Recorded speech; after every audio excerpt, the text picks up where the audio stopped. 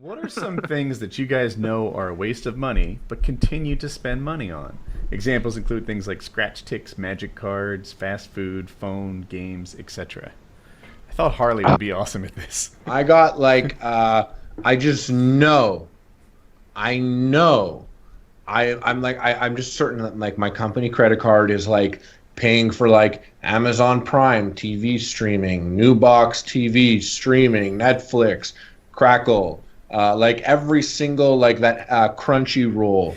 I'd probably pay for the pro version of XSplit, and I never ever use XSplit, and it's just a recurring cost that I never cancel. Like I'm sure if I just change my credit card, I would relinquish the sites that like I've signed up for like I'm like, oh, this is just $2 a month, but I haven't been there in 4 years and I've paid every month, and it's like I just know the biggest waste of money, but I continue to pay money on are the things that I don't know I'm spending money on. I get my debit card changed pretty regularly. It just changed again. And what'll happen is inevitably like Sirius Satellite Radio will call me and be like, hey, you haven't paid us in a month and a half. What's up? I'm like, oh, got the card changed. You guys make the cut. Here's my new card. Here's my new card. But you know, sometimes people call me like, hey, hadn't heard from you. And like, yeah, I'm not really watching anime anymore. Not really into it. I think this is going to be it for us. Dude, I'm going to re-up with you guys. It's nice to use cards just for that reason, because it cuts it off. Like a year. When did Crunchyroll sponsor us? Like 18 months ago? Sure. It was like 2-3 months ago. I'm like, $6.95? Really? Like I don't really watch anime, and they're still billing me. And I'm like, I thought I canceled this, and I canceled it. Well, you just got to watch One Punch Man. One Punch Man? Or not. I'll take your word for it. Yeah, I'm sure it's very good. If I canceled Crunchyroll, yeah, watch One Punch Man. That's a good one. I'm sure it's on there. Yeah, so that got me. But because it wasn't a credit card, it just kept billing and billing indefinitely. The worst one for us, the security system on my Apex house. When we sold the house, we called them and we wanted to cancel. Apparently, my wife, who was in charge of it, signed up for like a 3-year deal. And they're like, no. You got to keep paying us for 3 years. You have to pay this like exorbitant like $900 cancellation fee. And her solution was just like, no, we'll just keep paying monthly. So like another fucking year goes by, and I'm like, wait, what? And they're like, oh, yeah, you can still get out of it if you pay the $900 cancellation fee. And I work out the math as to, like, the 3 years. We save at this point, like, $100 by doing that. So that's the way we went. And I'm just, See, yeah, I just know that it's, like, stuff like that like, I don't know I'm paying for. And my mom is just, like, she's just, like, so How about intense. you just pummeled Jackie? Just a real beating. Like Harley's XSplit that he doesn't use very much anymore, at least it's kind of his and available and whatever. The freaking security system on a house we sold is I can't believe we paid for that. What you should have done is now that is being cucked. You should have hooked it up for the people getting the house.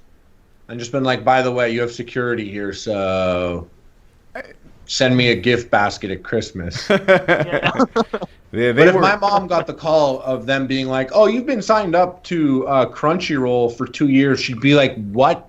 Cancel it. And they'd be like, okay. And she'd be like, how much did it cost? And they'd be like, well, $200. She'd be like, I never wanted it. Give me my money back.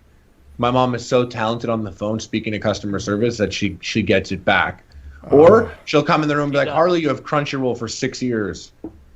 Just has those abilities on the phone. I was trying like, I used to go over on my phone bill sometimes. Like I'd go over on my phone bill. I'd have like back in the day like 1 gigabyte of data, and somehow I'd be like at 3 gigs of data like halfway through the month, and she'd call them and be like, "This is your fault." And then like somehow get off the phone and be like, "Okay, your phone's getting upgraded. And you have 5 gigs of data, and they just gave us $50 credit." And I'm like, "What happened?" I just feel like I'm gonna have a kid one day, and like the doorbell's gonna ring, and they're gonna be like, "We're the phone company. We're here for the child." We used to have it. So when we first moved to North Carolina, long distance was way more expensive than it is now. Now I guess it's free. Like, do people pay? Yeah, for long it's free distance? in the States, not in Canada, but yeah. But back in the day, it was like 10 cents a minute. until you hit like 500 minutes, and then it would rack up. And by the way, your cell phone plan came with like 400 minutes there. So I'd be like, all right, Jackie, here's what you do. You spend 400 minutes on the cell phone, and then when that expires, I need you to flip over to the landline, and there you have like 1,000 minutes at 10 cents a minute, and don't break that. That would never happen. Ever. Like, she doesn't track her minutes or anything. And she's keeping in touch with her family. So she'd watch, like, Buffy the Vampire Slayer on the phone with her sister. Oh. And it sounds like this is really spendy, but it was a commitment I made to her. Like, hey, look, I'm pulling you out of Jersey. We're going to provide you with the mechanism that you need to stay in touch with your family. But the complication turned out to be a big loser. Even though I ran up a $1,400 cell phone bill one time. Yeah. Oh, we had $2,000 cell phone bills, multiple times, God. like all the time, And I'd have to call them up and be like, "Look, we overdid." They'd fix it for me. I'd be like, "Yeah, $2,000 for a phone bill. Like, this doesn't seem right." So they'd retroactively apply like whatever best plan would be. That's what they do. Those cocksuckers, they didn't do me any favors like that. They were like, $1,400. That's what we need from you, sir. $1,446 for those minutes you used. And it's like, Jesus, I was just talking to my girlfriend. Like this is awful. Because like my thing. So like I promised her I'd. Like, she takes many trips back to New Jersey, and I didn't fuss too much about the phone bill. But she'd be on the phone watching TV with her sister, but not talking. And I'm like, honey, if you're going to run up the minutes, you can't just be hanging out silently on the phone together. That seems unfair to me. You got to be talking about Buffy the whole time. If you're not actively discussing her character arc, get off the fucking phone. That was my thought process. It was rough. Mine has definitely... I've spent thousands of dollars on Magic the Gathering cards, and it's only a matter of time before I sink back into it. And like that box right up there, that blue one I'm pointing at right now, the Magic Anthology set, it's got 10 pre-made decks in it that it's like themed decks. Like there's angels versus demons, there's elves versus goblins, there's something versus something else, and then a couple of like planeswalkers versus each other, which are like rival gods basically. And it was like $150, and I was so convinced. Like, I'm going to use this all the time. I'm going to play this all the time. Can't wait. Haven't used it in like probably a year because I can't find anybody who wants to play Magic with me at this point. Where I'll be like, hey, Melissa, you want to play Magic? Because my girlfriend, she plays very rarely, and she'll be like, no, not really, because I'm better at it than her, so it's not fun. It'd be like her saying like, hey, want to have a competition to see who can do our makeup better or do our nails better? Like, no, because I'm not gonna win. Why would I do that? Like, it's been such a waste of money. And behind the couch over here, I have boxes, reams of Magic cards that I like at the time was like, I'm gonna use this one for this deck, and I'm gonna use this one for that deck. I'm gonna make a whole a strategy over here, and then a new set would come out and I'd be like, well, I'm not gonna not buy this card, and I need 4 copies of it, and so it's only $25 a piece. Get 4. Well, if I bump it up to foil, I can get each one for $35, and then I have 4 foil cards in my deck instead. And just I've been foolish with those cards before. Just how old are you? Way too many. 25. I could just imagine, like, you're pretty like quick on it. Like earlier on, you get Magic at a young age. You get a foothold and you start to understand. You play with the older kids. You're like, oh, once people my age start playing with this, they're gonna get destroyed. You put all that effort in, and by the time you make the perfect deck, everyone's like, we play Pokemon now, you idiot. And you're just chilling with this big box of Magic cards, and everyone's on that Pokemon tip, and you just resent Japan for it. Yeah, it's ridiculous. Where like, and even if I can get someone to play me, like, I made the mistake of making my decks so fucking good that if I play with someone, they're like, hey, I just bought this starter deck. Like, they have literally a 0% chance of winning. Even if I try and lose, they're going to end up losing. It'd be like Kyle challenging me to a marksmanship competition, and he gives me a slingshot. Is the level of difference in ability between like a starter deck and the ones I've made. So I really dug that grave myself of probably like $3,000 of Magic cards sitting there useless for like a year. I remember one of the scariest things I've ever done was when we were presenting some award at this live stream thing, and me and Syndicate were presenting the award for like best game of the year or something. And the way you stepped up on the stage was a staircase, but it was extremely high steps. Like each step was going much higher than the next, and without much like distance being covered, forward distance. It's almost like climbing a ladder, but there's steps. And I think I'm wearing like, I don't remember what I'm wearing, but it's not like athletic gear. Right. So it's just like, all right, up these stairs we go. 3 steps and then the stage. 3 steps and then the stage. 3 steps and then the stage. Because if you fall, there were so many. There's a room full of people, and I mean like 400 people in the room. And they said that there would be 1 million total in audience on this thing, because there's like a big ass live stream that like dozens of YouTubers have promoted. It's like streaming from Machinima's main page or something like that. I was so afraid I was going to fall on that stage, and I almost did. Like I was a little bit going out, like lost my balance a little bit because it was just impossible. I've talked about this before, but I went up similar steps to bad tickets at a Carolina Hurricanes game, the NHL team, but I had my baby in my arm. Like Hope is like 2, so I'm carrying her, and I'm like, oh my god, like, but it wasn't 3 steps, it was like 50 steps, and I felt like if I fall forward, it's like falling off a cliff up here. I would fall like 40 vertical feet or something crazy like that. It was like it didn't seem safe. Someone's gonna get really hurt at that arena. One of those old Aztec step pyramids. It's like, Jesus, where'd you fall? Yeah. And then the worst part about it, I couldn't read the players' names from that high. And I'm not that far. Like, horizontally, I'm only like 50 feet from the ice. But vertically, I'm like 150 feet from the ice. Like, I can't see. It was bad. Yeah. What company has forever lost your business and why? Dick's Sporting Goods. Oh, this is a good question. I got to think about this. Dick's Sporting Goods? Why, Kyle? What was that? I went there to spend like a lot of money one day. We needed lots of stuff. I didn't get the name of the company. Dick's Sporting Goods. Which one? Dick's Sporting Goods. I went there to spend a lot of money one day. I had a list of things that needed buying, and it was like $3,000 worth of stuff. It was a bunch of stuff. I needed like lots of shit.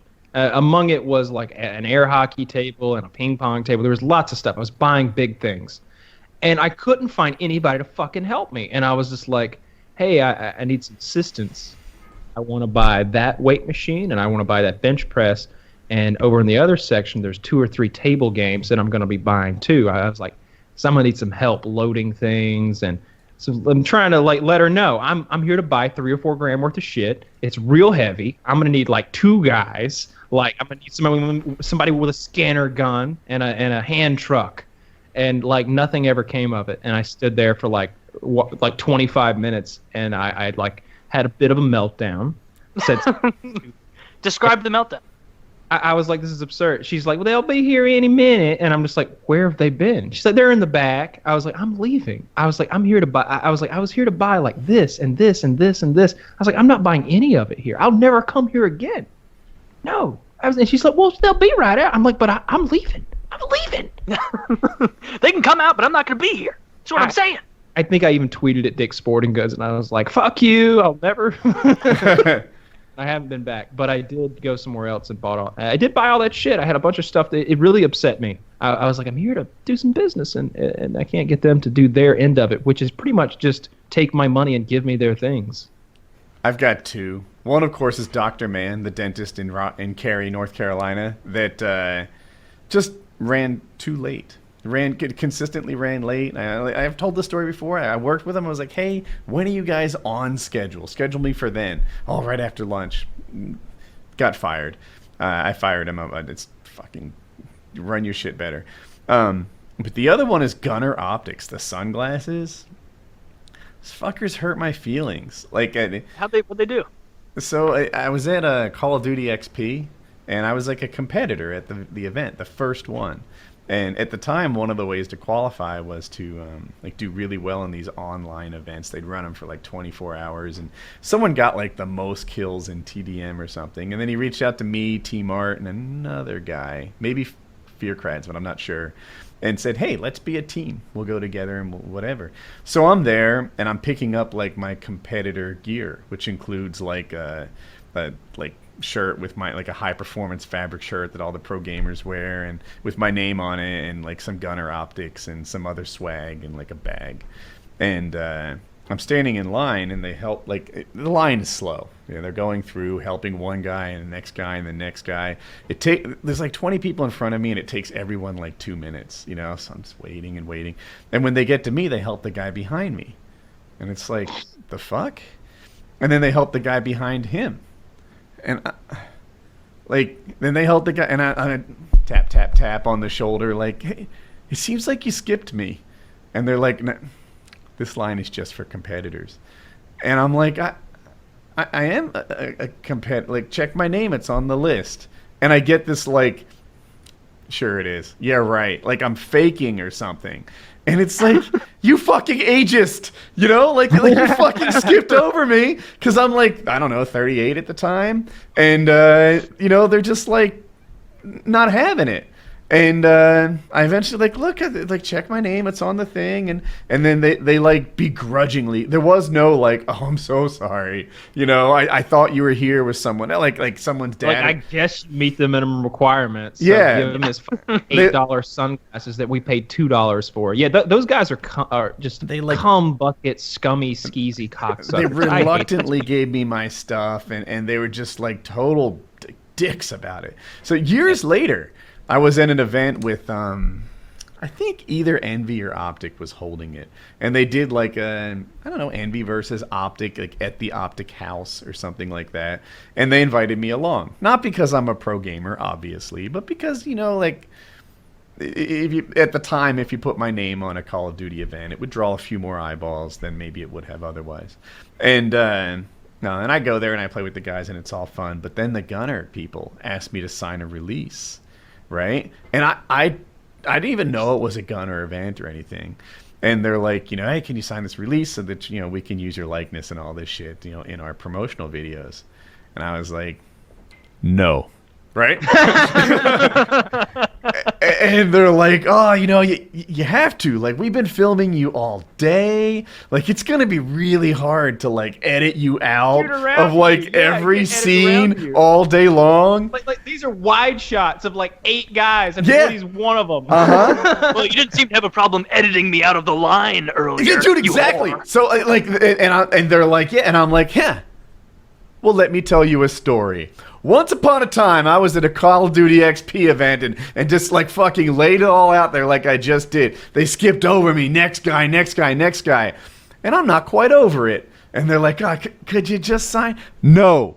And, and I didn't sign, and they had to edit me out of all their shit. And it wasn't like they just blurred my face or anything. They just didn't use any scenes that I was in. And if I had an opportunity to do it again, I'd fuck them again. Because fuck Gunner. They're pieces of shit. They treat me badly. And fuck Gunner. Yeah, they've treated other people that I like poorly. I don't like Gunner. They always kissed. See, this is something I really hate. This goes back to why I don't like some other people that I won't mention. I hate it when people treat my friends badly and are nice to me. And I see that disparity, and I know that there's no reason for it to exist other than their own greed and what they're trying to extract from me. It just shows they just don't value this person over here at all. They just value what I can maybe do for them, and whatever it may be. And I hate that so much. I immediately hate you with a burning passion of hate, and I want you to do poorly at all things, and get in a car accident and get injured bad. I want you to not be able to get erections and your wife to leave you or something. I hate that. I hate it. Jesus. I'm sorry. When I talk, it silenced you, but that was some good shit, Kyle. Are Gunner Optics still around? The one that I won't go to is Macaroni Grill, because I got hair in my food there, but it was 2 different kinds of hair. At the same time, not a clear pube and then a clear head hair. No, there was a black hair. You might be like, oh, how do you know that wasn't your hair? Because my hair is dark brown. I know the difference between my hair held up dark brown and black hair. There was a black hair that was maybe a couple inches long, and then there was a longer blonde hair. Oh. And so there was a blonde hair and a black hair in the same dish. There's probably none of it in the actual food because it was just like a burger. It was just so many years ago. Poured over my cottage pie. What the fuck was happening back there? Yeah, it was disgusting. But like nothing ever came of it really. I just was like, I ate part of the food and I was like, yeah, I found hair on my plate, and they were like, oh my god, I'm sorry, do you want me to bring you another one? And I was like, no, this is the last time I'll come here, because one hair I could be like, okay, maybe there's just some Mexican in the back didn't put their hairnet on, so there's a straight black hair there or something. But no, it was a blonde and a black hair, so there was a lot of recklessness and like clearly someone not putting the food where it should be, because there shouldn't be two people with their heads directly over my plate at any time. Meanwhile, you missed the poor cook who like just didn't wear their hairnet that day, and they got like a blonde mohawk or something like that, and just that's all that happened. He just got two-toned hair. Yeah, I wouldn't like either. A little smorgasbord of different kinds of hairs in my food. Like I said, like they shot an interracial porno over your salad or whatever it may be. I don't want that food.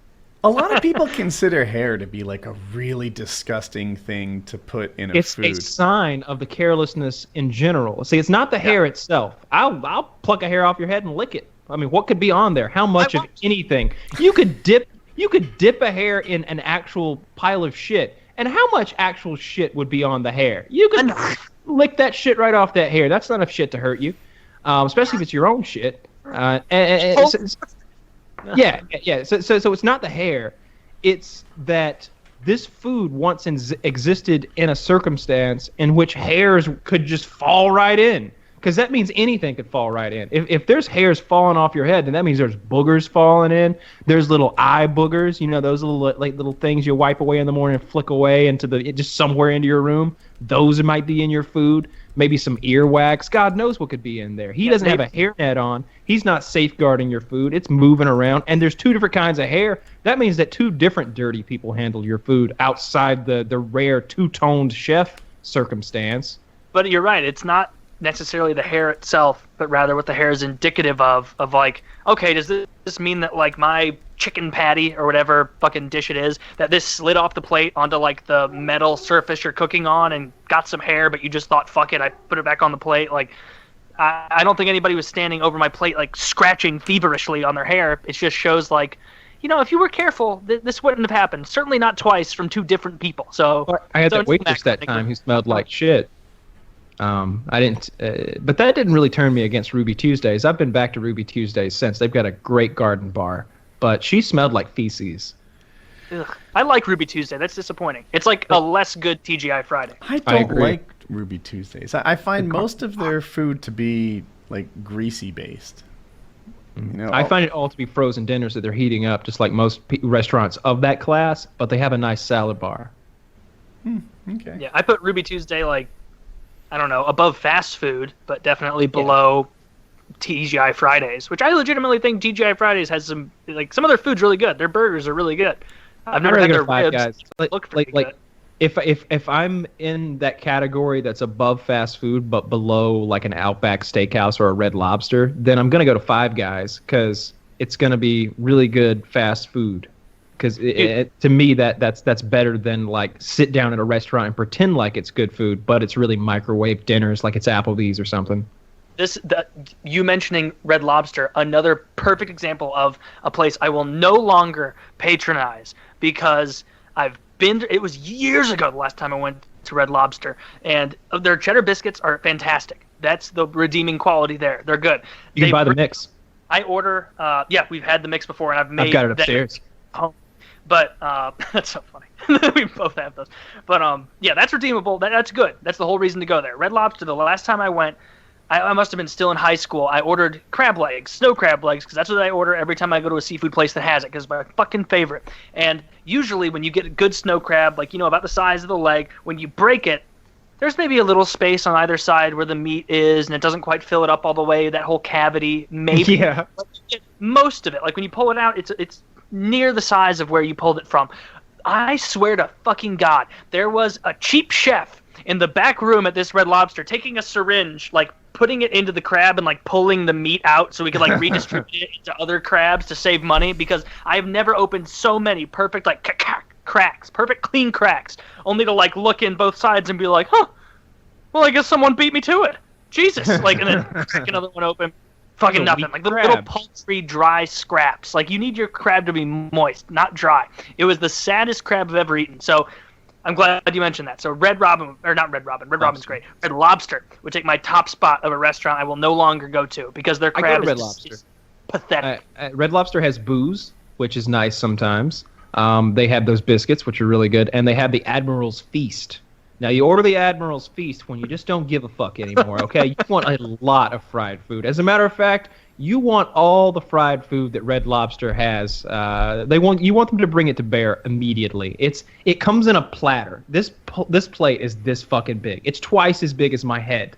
All right, it's huge, and it's oval, and it's hot, and it's full of every sort of like sea creature that the captain who's running this Red Lobster can lay his hands on. There's shrimp and little clams and oysters and all kinds of fried stuff in there. That's what I get. It's an enormous amount of food. There's like 4 different kinds of fish and shrimp and it's all good stuff. Fried though. So like there's like a loaf of bread worth of carbs on that seafood platter because it's just covered in fried and then I eat the bread. And then you have the bread. The crab at Joe's Crab Shack is definitely an echelon above Red Lobster, but like an echelon below like a real like, Tony's seafood place or something like that. But I have serious reservations about going to Joe's Crab Shack because you never know when they're going to start singing. You never know. They can start singing at any time, and that makes me profoundly, I can't even articulate it, the extent to which like my stomach hurts and my chest gets tight anytime at a restaurant people start to break into song because I look at their face and I know, happy day. I look at their face and like they don't want to be singing this.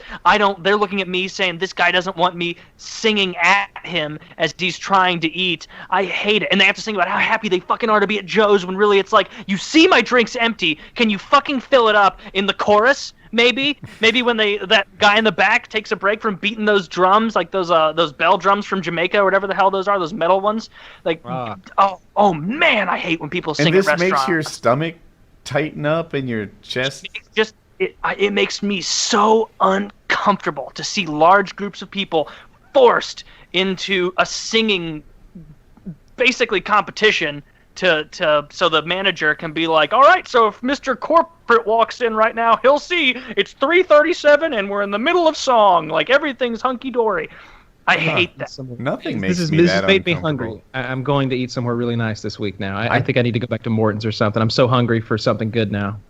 I'd be annoyed. I told my friend, or I told the mariachi band at Casa Bonita. It's a real restaurant in Colorado. I went to Cliff Divers.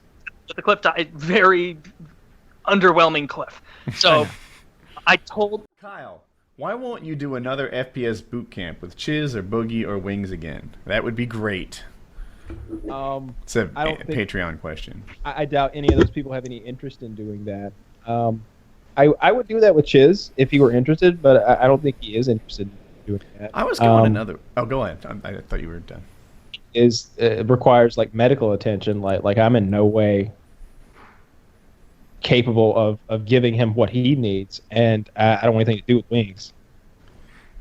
It was a while ago, maybe a year, that there was like a push for me to do a Wings boot camp. Like, bring him to your house, have him eat better, have him work on a more regular schedule, like a whole life coaching thing. And I was like, man, that's a lot of pressure, and why is it my responsibility? Like, he's not my kid. Like, like, what's up with that? And Kyle said that he put it really well. He's like, don't you wish someone would help him? Like someone, like a higher power out there would just, like, guide him and do that. And he says, well, to them, that's you. Like, you are this higher power that could coach him into, addressing the areas that he could improve upon. And, well, for me, it was like a really personal thing. Like, I have to house him and feed him and, coach him and, like, crack the whip on him and put him on a schedule and all that stuff. To them, it's not personal at all. It's just, fucking, who's the wrestler, Dusty Rhodes or something, that's helping Boogie? That's one of them. Oh, no, that's Diamond Dallas Page. I don't know my wrestlers. Okay, yeah. So he's like, don't you want Diamond Dallas Page to go help out somebody? Yeah! It's nothing on my back. And it made me realize, like, oh, yeah, to them, I'm Diamond Dallas Page. who should be, helping out other people all the time. Yeah, you got to keep it like when we did that Wings Redemption boot camp, like, this dude came and like moved into my house for a fucking month. Like I don't know how to monetize what it would cost for me to do that again, but it would be out fucking outrageous, and it should be for anyone. Like it was pretty much a month of my life devoted to him with lots of, planning and forethought put into it. Yeah, I wouldn't do that again for anybody. It's a big ask. Yeah, it's a real big ass. What is it? Our friend weighed like 450 pounds, and I did like a boot camp where he came and moved into my house and helped him lose weight for a month.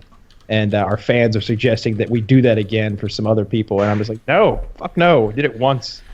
Once was enough. Never again. Just like that survival trip. Never again. Never again. I know you liked it. I'd do it again, yeah. You keep on doing it. You fucking do a series of them for all I care, but I won't be there. I don't want any fucking part of that. I'm just going to be honest. It was not fun. Didn't enjoy it. Don't want to do that again. And I love when we do little events for the show. I like it better when we're meeting fans and hanging out with them, though, and not when I'm just suffering for suffering's sake. The biggest thing I'd change about this survival trip is the temperature. I wish it was delayed a That's Chiz's fault. I'm over here like, yeah, because I was totally like, hey, we should wait until, October or November or maybe something like that. And he's like, oh, it'd be cold. We don't want to be cold. And I'm like, I don't know. I can remember like deer hunting as a kid in October and it being like short sleeves and being sweaty when I got in the deer stand and being tired and hot. And sure enough, like I remember it being your fault. Mm-mm. Yeah, No, I remember no. we were going to do it earlier, and Joe Lozon was going to come, and then you had a potential gig with a really high-end shotgun manufacturer, and we had to delay the trip by about 3 weeks. Well, earlier would have been even hotter, though. Would it? Earlier- When was it? It was in the fall. Was it? Oh, it was in the spring in my memory. No, well, that was the first one. Yeah, it was in the fall. So the earlier we do it, the hotter it is. I was always about, no, fucking push that shit. Let's wait till it cools off and it gets chilly and the leaves are a-changing. Instead, we went into the woods and it was just balls hot. It was too hot.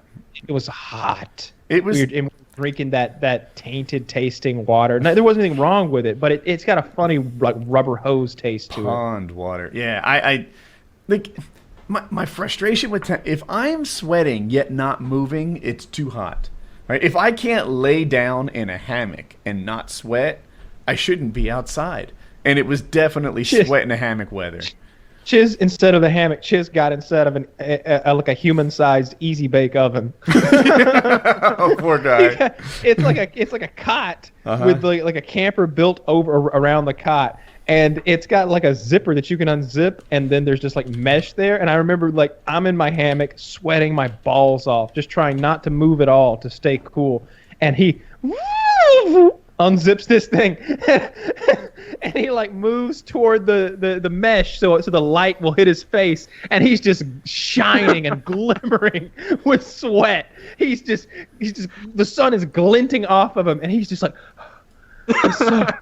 it's so hot. And I was just like, it's so hot in there, man. Why are you zipped up in there? I didn't know you were in there. Holy shit. Like, unzip them all. It was so hot. It was like a solar oven. While you were talking, I showed people what it looked like. It's called a tent cot, if you want to Google it on your own later. It's great. I think he might have borrowed mine or bought his own. I forget. One person borrowed mine, one bought his own. And but it's not for hot weather. Yeah. That was great. I love. Man, I would love to go on I'm not Mr. Bear Grylls or anything over here, but I would love to go on some kind of outdoorsy trip with Chiz, because that is like the perfect fish out of water story of Chiz being outdoors, because he makes no bones about the fact that he fucking hates it. He doesn't like it. He likes being inside. Like when he hasn't had his AC going recently for some reason, and so when me and Kyle sometimes at night would be messaging him like, "Hey Chiz, you want to like hop on a call? We're playing Civ or something." He'd be like, I can't possibly turn my computer on and run it with the game. It'll overheat and it'll just be so hot. I'm already dripping sweat in here." And it's like, oh man, like just I don't know, like get a cold glass of water or something. It can't be that bad. because I know that you're in California and Kyle's in Georgia. I'm in Missouri, so it's definitely hotter where we are, and more humid. Like I don't know he if Chiz understands how ridiculous his like no socks leather boat shoes were for camping attire. Look, I didn't want to give Chiz any shit I love because he really Chiz, was yeah. a fish out of water when you take him into the Georgia the Woods. mountains or hills or whatever the fuck we were in. It was pretty mountainous back there. Yeah. But his shoes were as far away from and I bought these boots that came up like almost to my knee because there's supposed to be rattlesnakes in there, and I'm terrified we're gonna get bit by a rattlesnake. 3 hours, some help or something. I look at and I'm thinking in my head, these are not snake-rated boots, Kyle. You better watch where you fucking go, because this might protect you against a glancing blow. But if a real rattlesnake bites you, it's going through this, and you could fucking lose a chunk of your leg. Be careful. And then I look at Chiz, and he's got on penny loafers. He's got on these loafers, and when he takes a step, the side of the loafer, on each side, kind of bulges out and Or makes collapses over. Like one side seemed to be preferred. He's one step away from like flippy floppies. Out in the woods. And every time they bulge, like sand and dirt and leaves are getting in them. Because they're this. And then he lifts his foot, and it gets under his foot, and so he's like mushing it down and stepping it in. You showed me a picture of the kind of shoes he was wearing. If you've ever seen one of those Calvin Klein ads where it's just like the front of a boat, and it's a guy with the little shorty pastel shorts and the collared shirt, and he's got his feet really far apart and his arms spread, and he's got those little Sperry's on, those like loafer Sperry's that you use when you're casually meandering around your boat, your sea vessel. Your yacht. That's what he was wearing in the woods of Georgia, which if nothing else seems like a good way to ruin no expensive tread on shoes. them. They were just like flat rubber, and we're climbing these hills. It's just drudgery every step up the hill, and I was in okay shape, and it was and still when I get to the top of the hill, I would be like, that's a serious fucking hill, man. Let's catch. Let's that was take a little part of the breath. beauty of having Chiz, right? So I was in okay shape, just like Kyle. I get to the top of the hill, I'd be fine. But if you have Chiz, you don't even need to be in okay shape. You just need to be in better shape than him. Rests are coming, right? Like if there's a 20-minute walk through the woods, every 10 minutes you get a break. It's great. That's a real policy that I think about when I'm invited to go like on a river float or rafting or hiking or camping. I need to make sure there's at least one person. Like if it's a bunch of my friends who are really into fitness, it's gonna be like, no, like I'm not gonna go because I'm gonna be the guy. Because I'm going to be the guy that you're aggravated with. So you need to make sure there's always someone at least fatter than you or slower than you or something to come along, so that then you can kind of co-opt the athleticism of the most athletic guy and like walk alongside him in front and be like, God, Richard back there, am I right? Big fat fuck. Meanwhile, you're like gassed, and the guy next to you is just hunky-dory, like, yeah, I wish we could just kind of break this into a jog, And you're like, oh, I know, right? Like, but, we can't because of Richard. Well, let's jog a little bit. No. Not without him. Yeah, he struggled with that, and rightfully so. The entry path that I took us on was particularly rough. It was just up and over like limbs and fallen trees and through briars. Chiz was mad about it because we found a better entry path, and he was legitimately resentful about the horrible path we took. I would pay for the thought transcript that he had over the course of those few hours. Angry and resentful and fucking wings not coming on the trip, and now I'm here. Why am I even here? God, of course these guys like it. They're from around here. This is bullshit. Like, just all the frustration. I would love to see it. To his credit, this is what I like about him. So he knew all this going in. He knew that camping wasn't his cup of tea, that he didn't want to be there, that the heat, the snakes, the bugs, etc. But he valued the camaraderie and social aspect of it enough. That going into it, he knew how much he'd hate everything except hanging out with us. And he's like, yep, I'll take it. I'll do it. And he did it. So he had plenty of cigarettes. He's a good guy. So he didn't have to worry about that. For some reason, it became my mission statement to like help Chiz, like get his fitness ship shape. No, what he means is he took it upon himself to annoy the fuck out of Chiz every time Chiz lit up a cigarette. Which was every 5 minutes. So is that the last one? And he's like, I've made it pretty fucking clear that I'm gonna smoke until I don't have any more smokes, and that will be the last. Keep in mind, he's moving into my guest house at the end of this trip, right? Like he had quit smoking, and then we go on this trip. He starts chain smoking, and Kyle will argue like, "Oh no! If there's a 1 minute break between cigarettes, it's not chain smoking." In my world, it was fucking one after the other, sometimes two at a time, and it's true. Not smoking He two at a time, would was light one with the other one. That's chain smoking. That's I actually did is not changed. see that. I might have I'm imagined definitely it. setting up a combo right there. So in my head, he's like lighting up, finishing it, throwing it out, starting the next one, and he's got like you can't smoke in my house. Like that's a house rule, right? That's not an unreasonable rule. So I'm like thinking he needs to quit smoking because he's moving into my house in like 2 days. It's not gonna happen right then and there in a stressful condition in the woods when he's got. He's 3 moving packs in my on, house though. 2 days later, though. It's time to do it now. It's time to I'm quit. curious about this right here because I know. Holding on to. That's all that's keeping him from coming to your tent at night and just. I know that Kyle probably knows about pretty much exactly how many cigarettes Chiz smoked on that trip. But before you say anything, Woody, how many do you think he smoked? Realistically. 2 packs. How long's the trip? It had to be more than that. So the trip was about 5 days, and I'm going to say he smoked 4 packs in 5 days. So 8 cigarettes in 5 days. I would say he smoked at least 1 pack a day, and probably more. So probably like 6 or 7 packs in 5 days, something like that. You know. Wow, I expected the exact opposite answer. I thought that Woody was going to say like, I don't know, 130, and Kyle would be like, he was like 18. The more You know, stressful but- the situation is, the more you're gonna. It's an appetite suppressant. You know, it calms your nerves when you get jittery. It's something to do, and it's if you already smoke, it's one of those things where like I don't have anything to do with my fucking hands, and then our cell phones wouldn't work, so you're just sitting there like no Reddit, no fucking. I'm melting. I wish I just had something, and a cigarette just seems so nice. I wonder. It made sense to me. So Chiz was a fish out of water there, right? Like, we should do trips where he's not. Like okay, I don't even know how to order at Starbucks, right? At Starbucks, I wouldn't know what to say. Starbucks to me is just a store for the financially irresponsible. But I think Chiz is an expert at like. Have you never been to a Starbucks before? I saw a guy know. come into a Starbucks recently. I went to go grab a coffee there, and this dude came in, a construction worker, and he was like, I gathered from his behavior, and like I didn't know this was a real thing, but like I guess like from the way you described it, it reminded me. He was like very clearly uncomfortable to be in a Starbucks. Like, and he went in and he was in line, and like I came up behind him, and he was looking at the menu. And he looks at me and he's like, "Oh, you can go ahead, man. I don't know what to get yet." And I'm like, "Oh, I'm still thinking also." And he was like, "Oh, yeah, I never even come here. My wife wants like a stupid drink."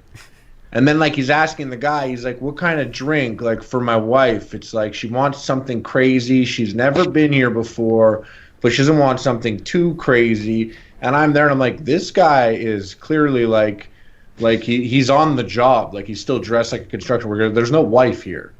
Like you're not like this is for you." And like I could tell he was just like so uncomfortable about being there. I don't know anything And that's why I about was like, bro, Here's- you got to get that venti chai mocha latte with a double shot of espresso. I know venti means big. A frappuccino. I don't even know if that's a hot or a cold drink. It's cold. It's delicious. It's cold. And venti means 20 in Italian. But they. Yeah, 'cause it's 20 ounces. 20 ounces. There you go. But what if So- if I wanted a medium warm coffee that seemed like hot chocolate, I would not know what to get.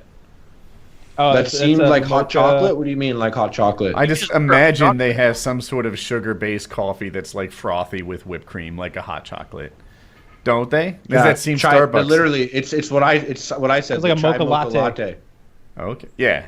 None of those With a words mean double shot of anything to me. espresso, so you get that caffeine in it. I- You drink that all, and you're like, "Oh my god, like that was delicious! Wow, did I just have like 90 grams of sugar and like 550 calories in a coffee?" There were days when I would have a frappuccino instead of lunch. I would get a venti caramel frappuccino with 2 to 3 shots of espresso, and that would just be my lunch. And it's about 800 calories, so no problem there. And it's got a shitload of caffeine in it, so that would really energize me throughout my day. I don't know what espresso actually means. And when you say shots of them, are there literally like shot glasses full of them?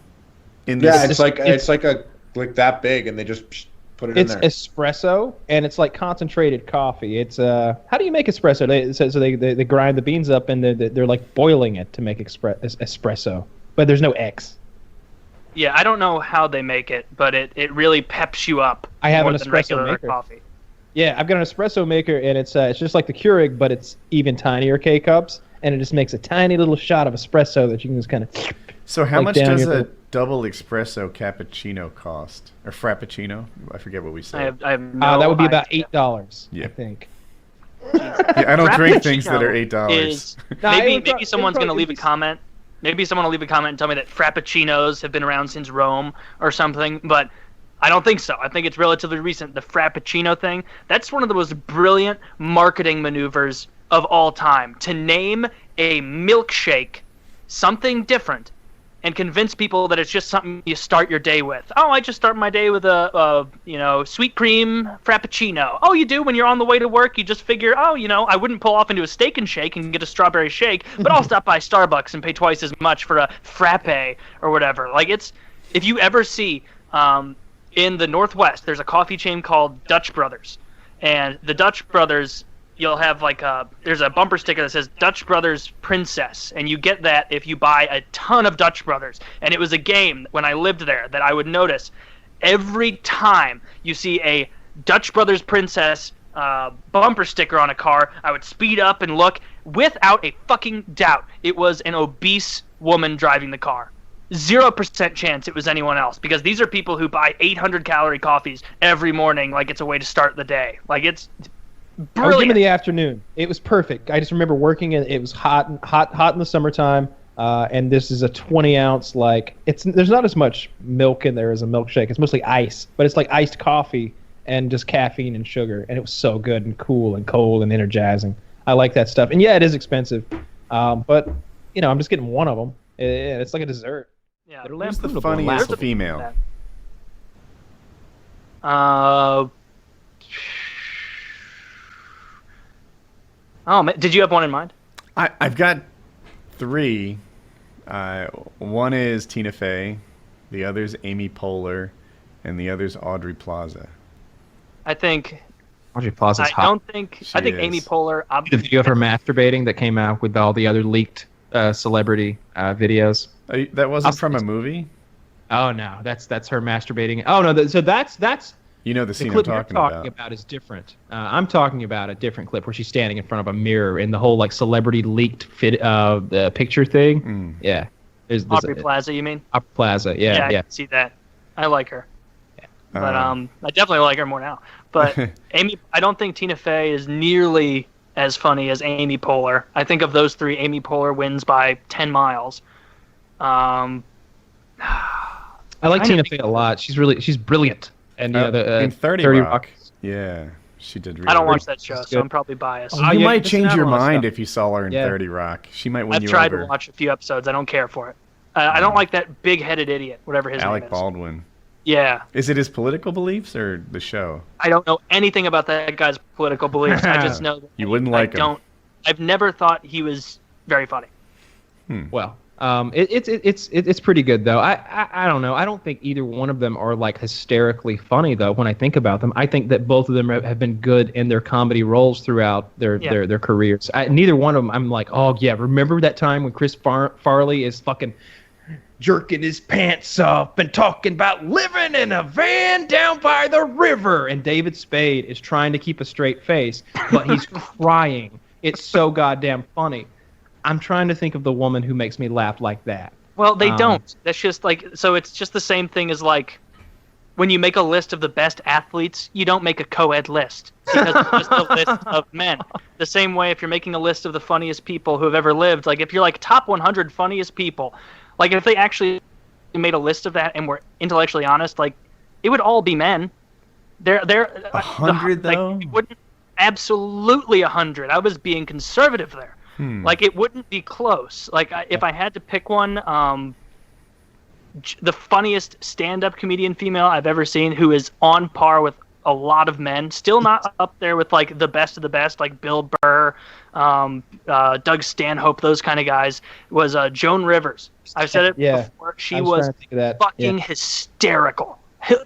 An incredibly good stand-up. If you don't think I'm being sarcastic or shitty. If you are listening to this and you haven't listened to Joan Rivers stand-up, just YouTube Joan Rivers stand-up. She's that lady that I always just assumed was like the plastic surgery woman that was always like, oh my goodness, we're here on the red carpet and it looks like Suzanne Summers is coming down in a wonderful red dress, and like would talk like that. But no, her stand-up is hilarious. He has just like these note cards with these one-liners on them, and she had tens of thousands of them.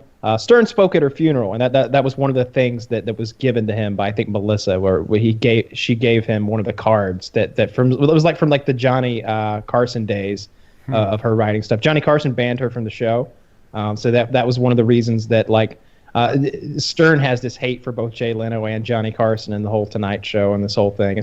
It's interesting if you watch a lot of the Stern Show when you see his real feelings start to bleed through the stuff he actually hates and the people he doesn't like. I wish I remembered who he was talking to, but it might have been Conan. Who did Jay Leno take the show from? Was it Conan? Well, first he did it to Letterman way back in the day, 30 years ago or whatever. But then to Conan more recently. I forget which one of them he was working with, but he was hating on Jay Leno. He was warring against Jay Leno, and it was him and Conan or him and Letterman were both anti Jay Leno, and then his partner, whichever one of them it was, really kind of buried the hatchet and forgave Jay Leno. And Stern's like, damn it! I'm still out here fighting on your behalf, and you're not even mad anymore. You really let me down. Yeah, he still hates him. But he still can't. I heard him saying it the other day. He's like, yeah, I had a conversation with Jay. And he said, yeah, but we're still friends though, right? And I was like, no, we're not friends, Jay. Because I don't like the way you conduct yourself. We are not friends. And he's like, hey, you hadn't talked to me since. That was it. I don't see... Jay Leno seems like a nice enough guy, I guess. Yeah, still a few people's jobs, whatever. Just take their job. Yeah. Did he? He does seem like a good enough guy, but I never actually watched his show, and I don't know anything about him. I just kind of give him the benefit of the doubt because he's really famous and looks kind of fat and lovable, I guess. I prefer Leno's show over Letterman's show, but I prefer how Letterman kind of conducted himself over the years over Leno. It seemed like Leno was kind of a shitheel, and that's probably because I'm a Stern fan, and I feed into that, and I hear Stern always talking about how deplorable he is and what a terrible guy he is and all this stuff, and but yeah, that whole thing with him, because he took it from Letterman way back in the day. There was that thing, but then with the whole thing with Conan. That definitely brought it up again because I know that Stern's really close with Conan. Conan's been on the show a bunch of times. I like Conan the most of all those late night guys. I think he's the funniest. I like these days it's definitely Jimmy Fallon. I think he's very good. And Jimmy Kimmel's really good too. I don't even watch these shows, but based on their YouTube presence, I like James Cardone. What's his name? I don't know. Oh, he does this carpool karaoke and a few other things. And he'll just do parts of his show intentionally making them very YouTube friendly. And he's just talented and funny. I saw him where's he have a show at? It's one of the late night shows. It's a cable or network TV. It's the late show or something. I could look it up. Okay. Yeah, I don't know who that is. Maybe is he the one who's got who's after Jimmy Kimmel? He could be. He's on late night television on CBS, The Late Late Show. So I don't know who's before him, but CBS is. He can sing. He's actually good, and then so that's one of the skill sets he brings to this thing. I saw a thing with Anna Kendrick coming on, and she comes on like he's doing the show, and she comes from side stage. It's all planned, of course, but it's it's not, and she's like, "What the." I hear you've been saying that you're the best karaoke singer in LA, and he's with a guess, he's like, yeah, because I am. And they throw down and do what's the movie Anna Kendrick is in where they sing? Pitch Perfect. They do a Pitch Perfect style competition going back and forth as it was pretty. He's my favorite right now. I can't think of a single time that anyone on any station or any movie has broken into song that I haven't immediately turned it off or changed it. Oh, you didn't like the Buffy the Vampire musical episode? Oh, that was No, fun. the only one that I like is if it's like really funny. Like, so when South Park has a song in their show, it's like, all right, this is going to be good because it's going to be clever and the characters' voices are funny and the beat isn't some like serious, like we're doing music. It's like, and despite the fact that these guys make like, like it's just them with a mic just making silly noises before they do the actual song. Like that's what I like about South Park. But any other, I can't watch musicals really. They really just kind of stress me out. Watching people dance around and sing, I don't care for it. I like show tunes, all those dance numbers and stuff. I really liked Mary Poppins, all that stuff. Yeah. If you were in Hope's position and deciding on a college major now, what would you choose to make money, and what would you choose for fun, or what you want to learn more about? She should choose for money, engineering, since there are going to be a fuck ton of. I mean, she's female, so there's going to be a lot of incentives to try and get her into certain programs and get her into certain areas, and so that's just a given. Like, and if she has the mind for it, and throughout her whole program. career, right? Like she'll be 30 years old, and they'll be like, there's hardly any female engineers here. We should promote them and give them shit for no fucking reason. Carry on. Yeah, that. So that would be a good one for money, and you learn a lot of valuable skills. For fun, I'd probably like history for fun. At least for me, that would be my fun one because learning about history is really interesting, especially if you can take classes on I took a class on Greek and Roman history, like very, very in depth, and it was fascinating. Like I never minded having to read for that class because it was almost like, oh, I wonder what fucking like Sophocles was up to then, or like, oh, like look at this cool strategy the Romans used in war, and they actually kept good records, so we know this. Unlike the Dark Ages where they didn't keep as good a record, so we don't know exactly their battle strategy. And sometimes, like, it was fascinating. So history. Did you learn about Caligula? Yeah, we did. Did he actually like whore out the senators' wives to pay the national debt down? Wasn't that a thing? I don't remember it being senators' wives. Maybe it was. I don't remember a ton about Caligula, but I do remember that story being interesting. I honestly don't remember the ins and outs of it. It's good though. I'm trying to think for money. See, I'm so concerned about like outsourcing and the shrinking world and the globalization. I'd send her to something having to do with medical, right? Physical therapy, speech therapy, doctor, physician's assistant is a really good one. Something in that world. Like you can be a physician's assistant with 2 years after college, and then you can earn like a doctor's practice would. They both open the same kind of business and do their thing as a family doctor. So that's for money. I think I'd send her somewhere in the medical world, dentist. Go on.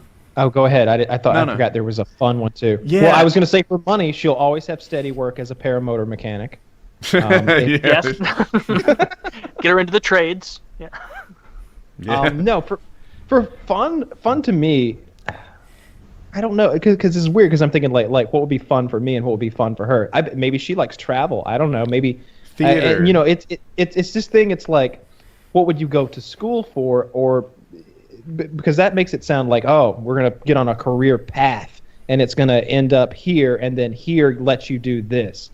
But to me, it's like, could we be a flight attendant for 2 years, like during school maybe, or like when we're off school or something, and like get to travel for free? Flight attendant always struck me as a cool job that it seems like it's easier to get if you're a girl. Because I've never seen a straight flight attendant. My mom did that.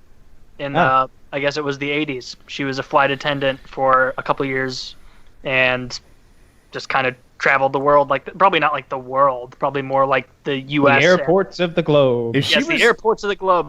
From Newark to Lambert Airport here in St. Louis all the way to Atlanta, like back and forth in the air. Exotic. If Hope wanted to straight up just enjoy herself and get like an MRS degree of some sort, I think it'd be theater. I think that's what she would like doing. She's not going to find a lot of people who want to take her up on that MRS degree in theater. Well, that MRS degree doesn't really matter what you major in, I think, right? I was joking because they'd be gay in the theater department. Yes, I see where you're coming from. Yeah, she'd need to cross-pollinate with that.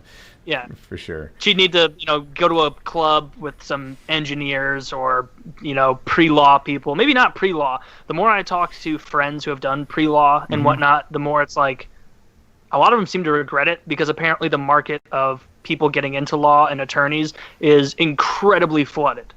Like, there are more attorneys looking for work than there is work for attorneys to do, so they're having to work in practices that they didn't think they would have to.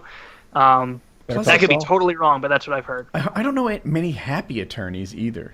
Like, the different kind. You could either be an attorney that, like, pores over contracts in detail. That job sucks. That's a depressing office tied to your desk bullshit job. You could be, like, a tax attorney. That's a popular one. Oh my God. Everyone you're dealing with is like at the worst moment of their life.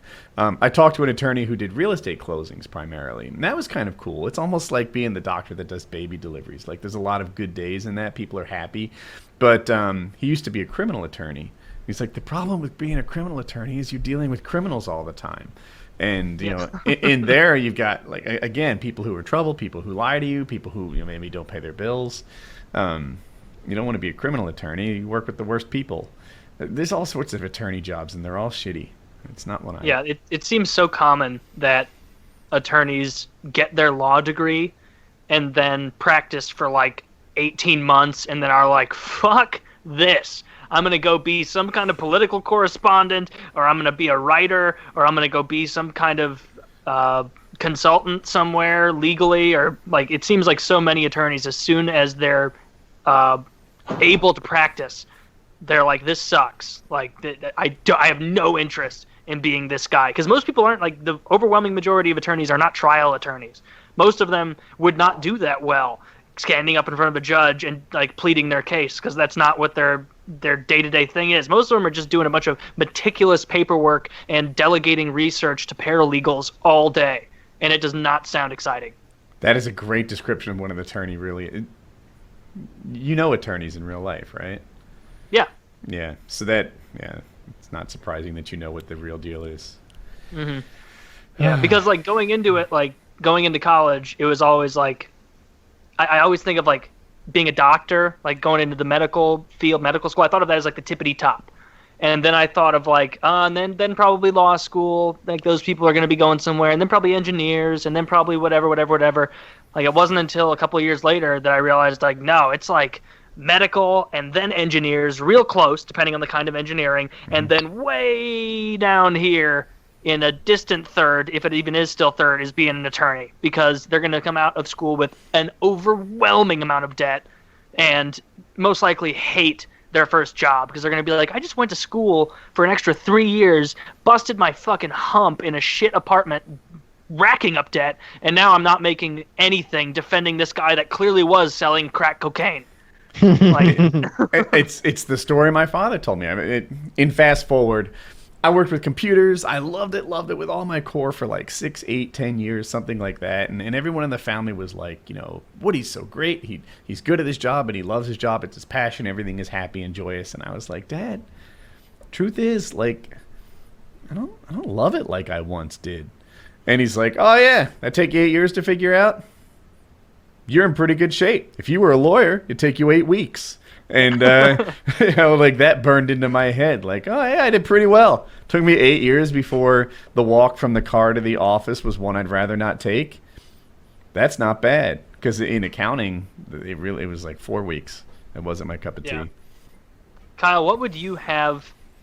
Like, did you always know that you weren't going to do college, or was there kind of a time where you were like, okay, I am going to go to college and I'm going to do this. I'm going to study business administration or whatever. Like, how deep did you get into that thought process at the time? I don't know. I've had a lot of thoughts, but it always seemed like a business would be the way to go. It always seemed like you could either like, it seemed like you could get on top one or two ways. You could climb forever, or you could kind of, I don't know, kind of wedge your way in the middle and start Sidle there. It seemed like you didn't have to start at base camp. It seemed like the college was starting all the way at base camp, which is super safe and almost a guaranteed thing because you're getting used to not having oxygen and stuff. But it was just like, I just want to start climbing. Can I climb now? Like it'll be all right if I fall, right? I'm still young. I kind of had that mindset. I wanted to own a business. I wanted to own something that made money. I told the story once of like a brother-in-law or something who went from like, I'm gonna mess it up, maybe you can fix it, but like lawn mowing to power washing to something else to a whole what they do? It's my half sister's husband, so brother-in-law. But they got pregnant with twins when they were both like 19 years old or something like that, and neither one of them had any money or prospects or whatever. So he just worked his ass off with whatever he could. His father owned a granite company, but wasn't cutting him any slack at all. Like there was no money to be had.